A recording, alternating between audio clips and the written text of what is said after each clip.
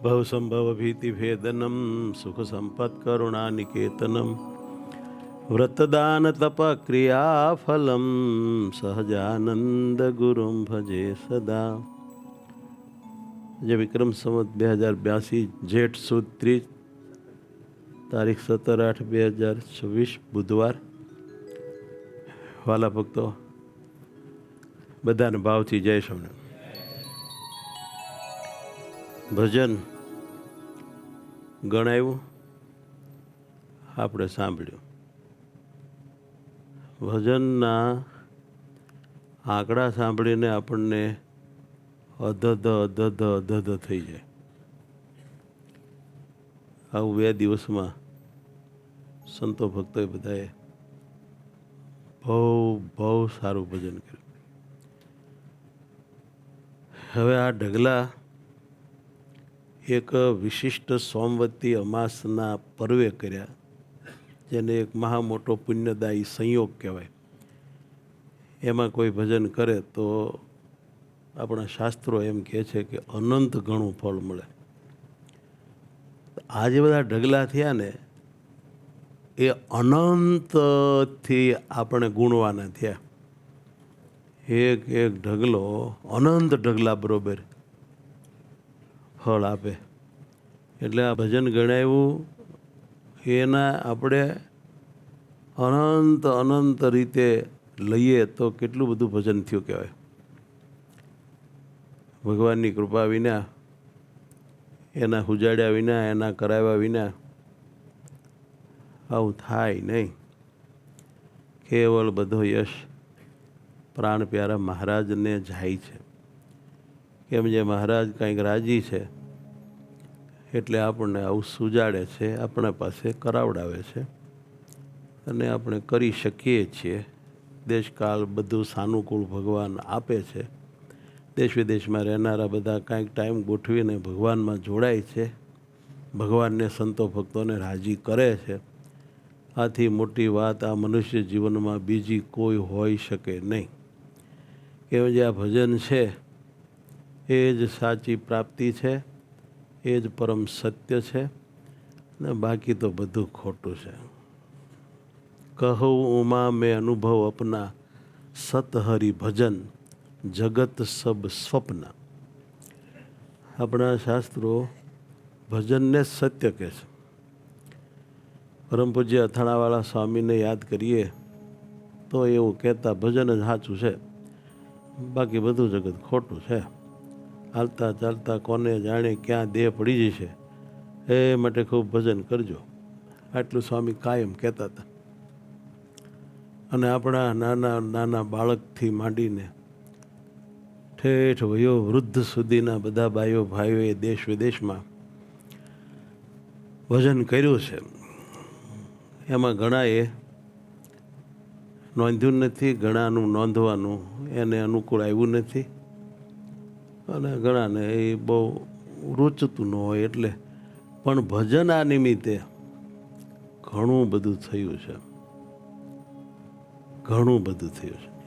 આ બધું ભજન ભગવાનના શ્રીચરણોમાં મૂકી દો, એને આલી દો. આપણે આનું ફળ જીરવી ના શકીએ, આપણે આને રખાય નહીં. કેમ જે આ તો બહુ મોટી કિંમતી ભારે વસ્તુ ગણાય.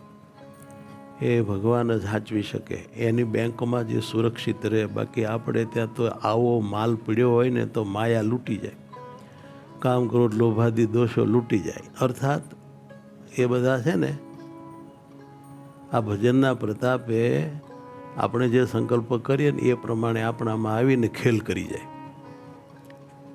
ભજન તો હોય જ, અને બીજા ત્રીજા ઘાટ થાય તો તરત જ એ ઘાટ ફલીભૂત થાય અને આપણને ભગવાનના માર્ગથી પાડી દે.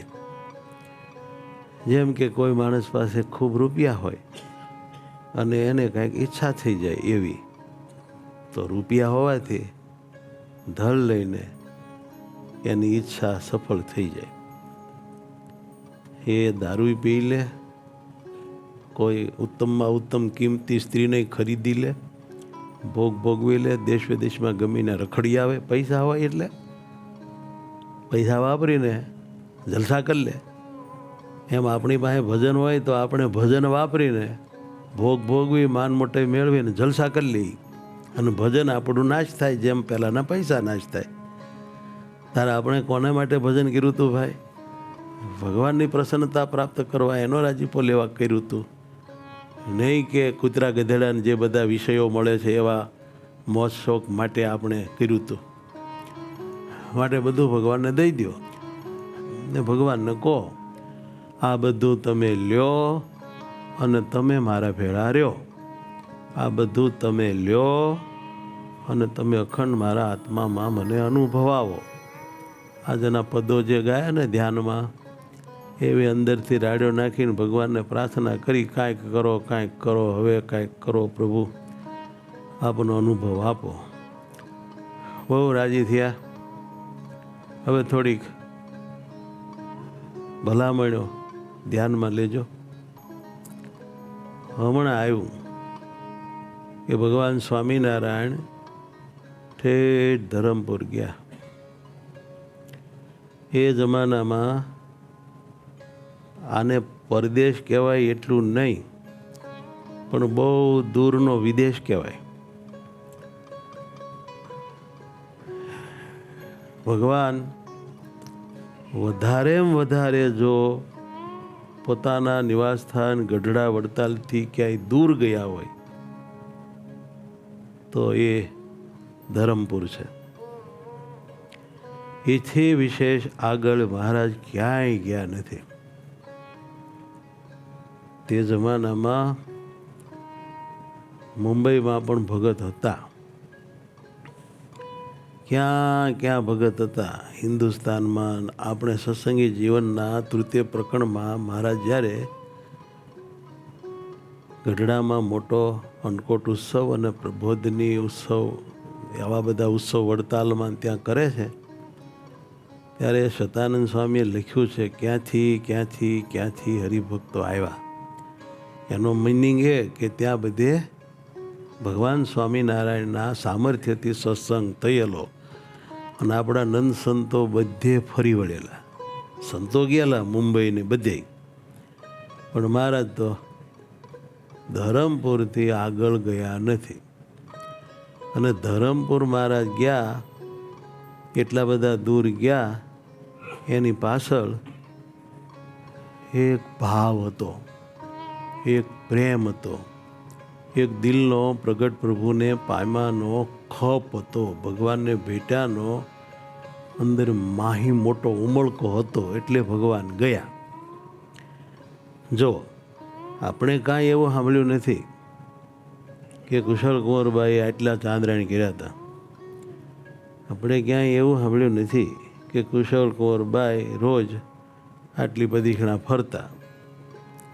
એવું કાંઈ આપણે સાંભળ્યું નથી. આટલા પ્રકલ્પોમાં ડોશી આટલા કલાક કાઢ્યા હતા, એવું બધું કાંઈ નથી. એવું સાંભળ્યું છે કે દોઢપોરમાં રાજકીય કામ બધું પતાવીને ડોશી ભજન કર્યા કરતા.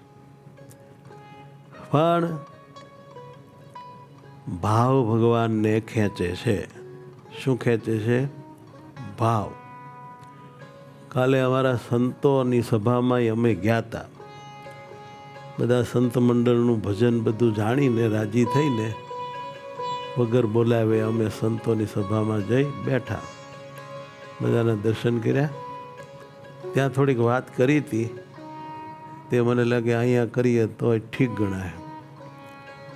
અમે સંતોને કહ્યું કે સંતો, આપણે ભજન ગમે ત્યાં નોંધાવીએ, પણ જ્યાં સુધી આપણું ભજન મહારાજના હૈયામાં ન નોંધાય ત્યાં સુધી એ ભજન આપણું નબળું ગણાય. એના કાળજામાં આપણું ભજન કોતરાઈ જવું પડે, એના માટે જ ભજન થવું પડે. બીજી વાત કે આપણે બધાએ સાંભળીએ છીએ કે ભગવાન ભાવના ભૂખ્યા છે, ભગવાન ભાવના ભૂખ્યા. વર્ષોથી આ વાત આપણે સાંભળી છે અને આપણે બધા એ વાતને માની છે કે ભગવાન તો ભાવના ભૂખ્યા છે. પણ આજ દિવસ સુધીમાં તમે કોઈ સંતને મુખે એવું સાંભળ્યું કે ભગવાન ક્રિયાના ભૂખ્યા છે, ભગવાન સાધનના ભૂખ્યા છે? એવું સાંભળવામાં નહીં આવે. મતલબ કે ભગવાન તમે ક્રિયા કેટલી કરો છો એ જુએ છે, પણ એ ક્રિયાની પાછળ તમારા હૃદયમાં કોણ છે એને વધારે જુએ છે. શા માટે કરો છો એના ઉપર મહારાજનું ધ્યાન છે. કયા ભાવથી, કેવા અદ્ભુત અલૌકિક પ્રેમા વેગથી તમે આ બધું કરો છો, ત્યાં ભગવાનનું ધ્યાન છે. કેટલું કરો છો એના કરતાં તમે કેવું કરો છો, કેવું કરો છો, શ્યોર, વ્યવસ્થિત, પરમાત્મા સુધી પહોંચી જાય એવું, ભગવાનનું માથું ધૂણાવી દે, દિલ દોડાવી દે એવું કરો છો? ઝાઝું બહુ કર્યું, પણ ચોખ્ખું ભાવનાત્મક ભજન ન થયું તો ઢગલો બહુ મોટો પણ ઢૂહાનો કહેવાય. અને ભલે મુઠ્ઠી જ બાજરો હોય પણ એ ભૂખ ભાંગે. પર્વત જેવો ઢૂહાનો ઢગલો હોય એનાથી પેટ ન ભરાય. એમ પર્વત જેટલું ભજન કર્યું હોય પણ જો ભગવાનમાં ધ્યાન ના રહ્યું હોય તો એ ઢૂહાન ઢગલા જેવું કહેવાય. એ ભગવાન સુધી પહોંચતું જ નથી. કેમ કે જ્યાં સુધી આપણી વૃત્તિ ભગવાનને નથી પહોંચતી ત્યાં સુધી આપણું ભજન ભગવાનને નથી પહોંચતું. આપણું મન મહારાજમાં નથી જોડાતું તો આપણું ભજન પણ ભગવાનમાં નથી જોડાતું, ભગવાનને ટચ નથી થતું, ભગવાનને નથી મળતું. માટે ભજન કરનારાઓએ ભજન કોને કહેવાય એની પણ જાણ મેળવી લેવી જોઈએ. ભગવાનમાં ધ્યાન હોય એને ભજન કહેવાય. બહુ ટૂંકી વ્યાખ્યા. ભગવાનનું સ્મરણ, સ્મૃતિ એને જ ભજન કહેવાય. ભગવાનમાં સ્મૃતિ ન હોય પછી મણકા ફરતા હોય તો ભલે, જીભ ભલે નામ બોલતી હોય તોય ભલે, પછી પગ ભલે ને પદીક્ષણામાં ફરતા હોય કે પદયાત્રામાં ફરતા હોય પણ એ ભજન ન કહેવાય. પછી ભગવાનને આપણે ઠેકડા મારી નાચતા હોઈએ, ઢોલના તાલે, નગારાના તાલે એકબીજા પડકારા કરતા હોઈએ, પણ આપણી વૃત્તિ ભગવાનમાં ન હોય તો એ ભગવાનને પહોંચતું નથી, એનું કાંઈ આપણને મળતું નથી. કસરત થાય, આપણે કહેવાતો અહમનો આનંદ પ્રાપ્ત થાય. અમે એટલું કર્યું, અમે એટલા નાચ્યા ને અમે મોટો દેખાડો માર્યો, એવો બધો ઢોલ વાગે એટલું જ થાય, બીજું કાંઈ થાય નહીં. માટે દરેક સાધકોએ આ વાત ધ્યાનમાં લેવી જોઈએ. ભગવાન ભાવથી રીઝે છે, ભગવાન એનામાં ધ્યાન હોય એને ભજન માને છે, અને સૌથી શ્રેષ્ઠ વાત છે એને અર્થે કરીએ એને એ ભજન માને છે. ત્યાં તો પછી ધ્યાન ન હોય તોય તમે એને અર્થે કરતા હો એના જેવું એકેય શ્રેષ્ઠ ભજન નહીં. હું તમને એક દાખલો દઉં કે તમે નોકરીએ જાઓ, નોકરીએ તમે કામકાજ કરો ઓફિસમાં કે જ્યાં નોકરી કરતા હોય ત્યાં, એ વખતે તમારા પત્ની, બાળકો તમને યાદ ન હોય, કેમ જે કામમાં તમે મશગુલ હો. પણ તમે નોકરી શાના માટે કરો છો? તમારા પરિવાર માટે. પગાર આવશે તો એ તમારા બાળ બચ્ચા, કુટુંબ માટે તમે વાપરવાના છો. તમારી નોકરીનું ફળ તમે એને માટે વાપરવાના છો. એટલે તમને કદાચ તમારા પત્ની, બાળકોની સ્મૃતિ નથી તો પણ એને અર્થે કરો છો એટલે ફળ બધું એને મળે છે. એમ ભગવાનને અર્થે તમે જે કાંઈ કરો એનું ફળ બધું ભગવાનને મળે છે. માટે એ વચ્ચે તમે કાંઈ કામમાં ભૂલી જાઓ તો પણ આખું ભક્તિનું રૂપ જ બની જાય છે. એટલે ખાસ અમે આ બધું ભજન ભગવાનને અર્પણ કરાવી દઈએ છીએ. તમે જ્યારે રળ્યા, કામ કર્યું 2 દિવસ, એનો પગાર આવ્યો, હું એ પગાર ભગવાનને અપાવી દઉં એટલે તમારા 2 દિવસની મહેનતનું ફળ કોને ગયું? ભગવાનને વયું ગયું. તમે 2 દિવસ કામકાજ કરતા હતા, દંડવટ કરતા, પ્રદક્ષિણા કરતા, એ વખતે તમને કાંઈ ભગવાનમાં ધ્યાન રહ્યું કે ન રહ્યું? પણ એનો જે પગાર આવ્યો, ફળ આવ્યો, એ ભગવાનને દઈ દીધું એટલે બધું ભજન હોળાની થઈ ગયું.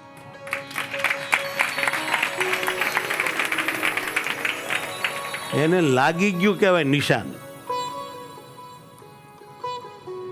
કાંઈ ન સમજાય તો કાય એને વાચા મને સેન્દ્રી એરવા, એ બોલીને હે ભગવાન મન કર્મ વચને મેં કાંઈ જે કર્યું મારથી થયું. એ કરતી વખતે આપ સાંભળ્યા ન સાંભળ્યા પણ એનું બધું તમને દઈ દીધું. લ્યો, તમે સુખી થાઓ, તમે રાજી થાઓ, તમને આનંદ થાય. બસ આ અમારા દિલનો ભાવ છે પ્રભુ. આવો ભાવ રાખવો, એનાથી જ ભગવાન પ્રસન્ન થાય છે. ભગવાન ભાવથી રાજી થાય છે.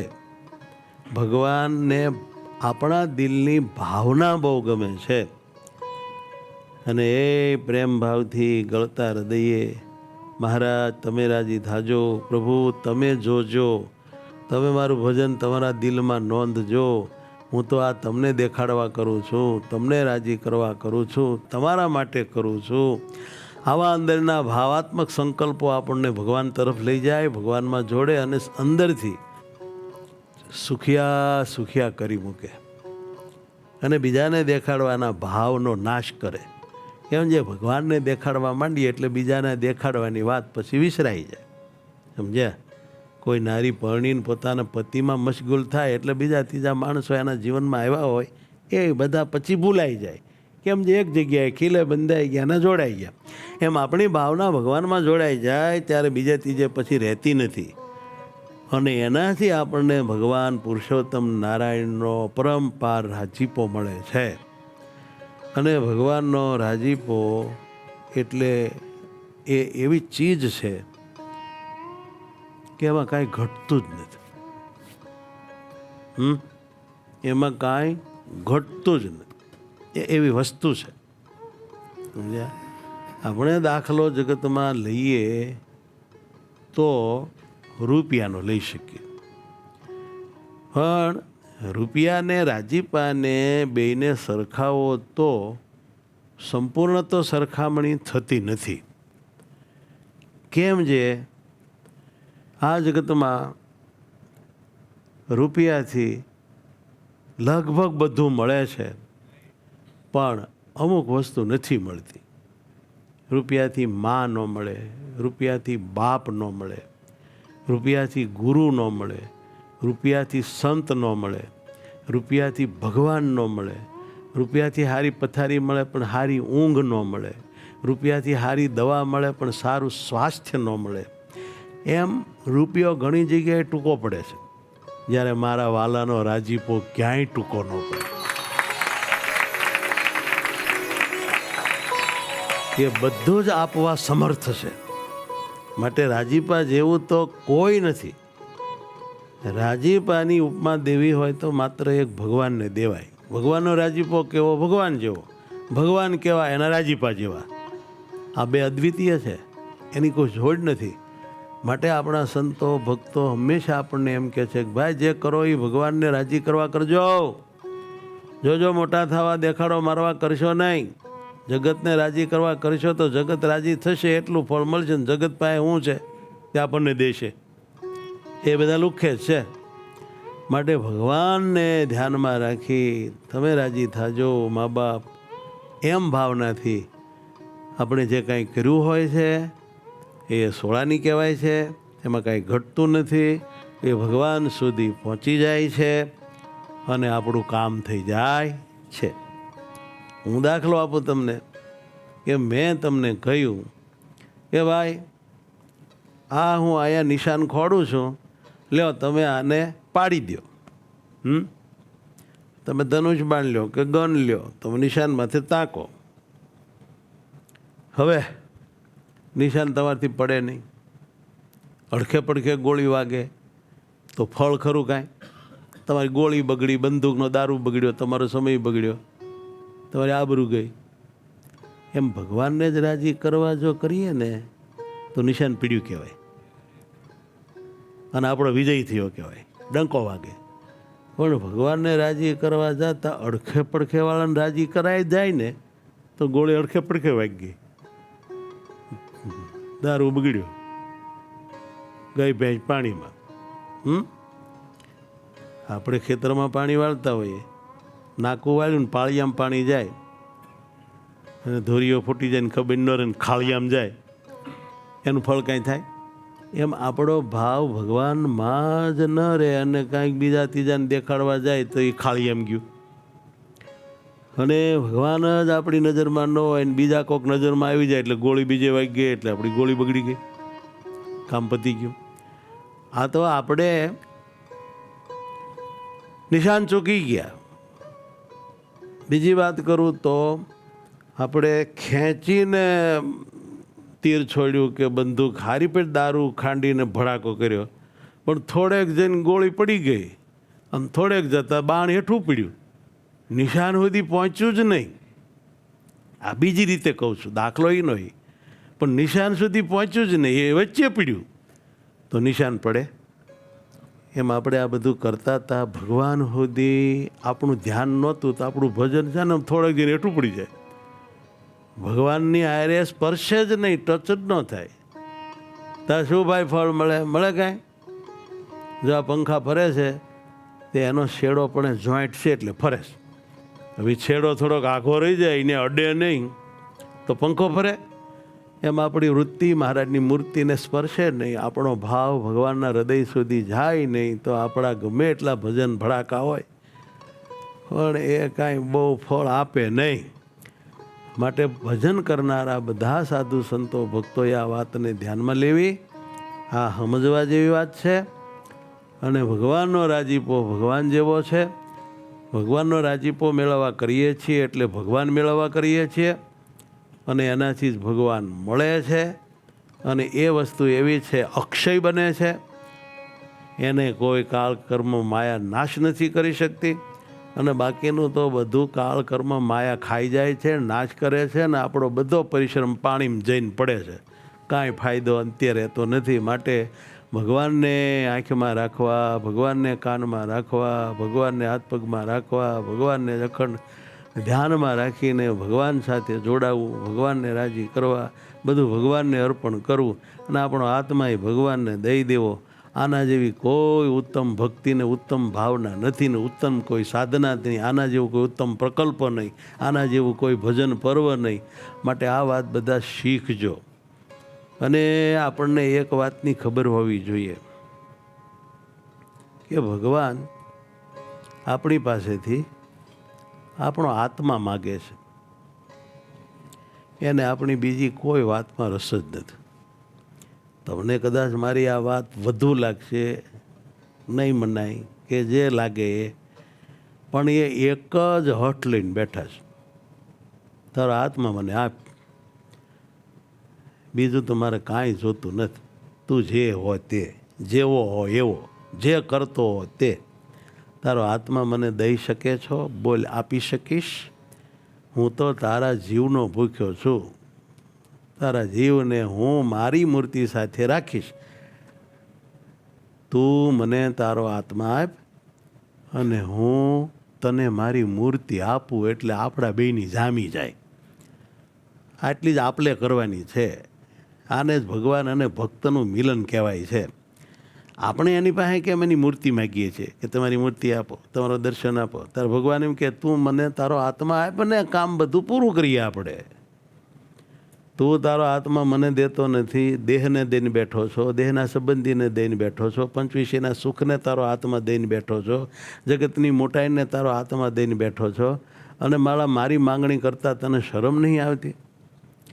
તારો તણી ફદ્યાનો આત્મા છે, તું એટલું આપતો હોય, હું મારી આમ જો આવી દિવ્ય અલૌકિક મૂર્તિ તને પ્રેમથી આપું એવો ઉદાર છું, પણ હવે તું આત્મા દેતો નથી, મૂર્તિ માગ્યા કરે, રાયડું પાડ્યા કરે, ખોટી એ ક્યાંથી હાલે ભાઈ? માટે આ તો છે ને જૂનું અડધું તૂટી ગયેલું માટલું આપીને હોનાની ગોળી લેવા જેવી બહુ સારી વાત છે.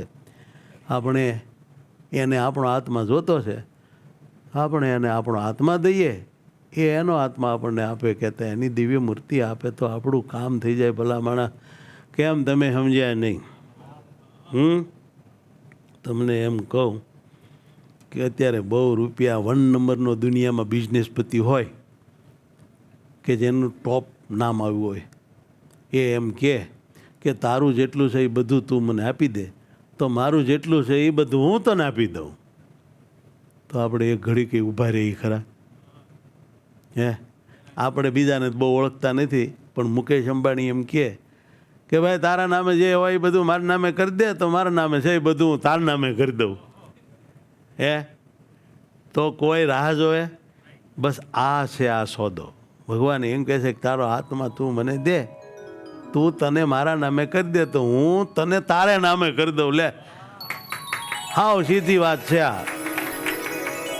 માટે આ કળા, આ લટક, આ સમજણ આપણે દિલમાં ધારીએ અને ભગવાનને સમજીને ભગવાનમાં જોડાઈએ, ભગવાનને રાજી કરવા બધું કરીએ, બધાના ભાવથી. જય સ્વામિનારાયણ.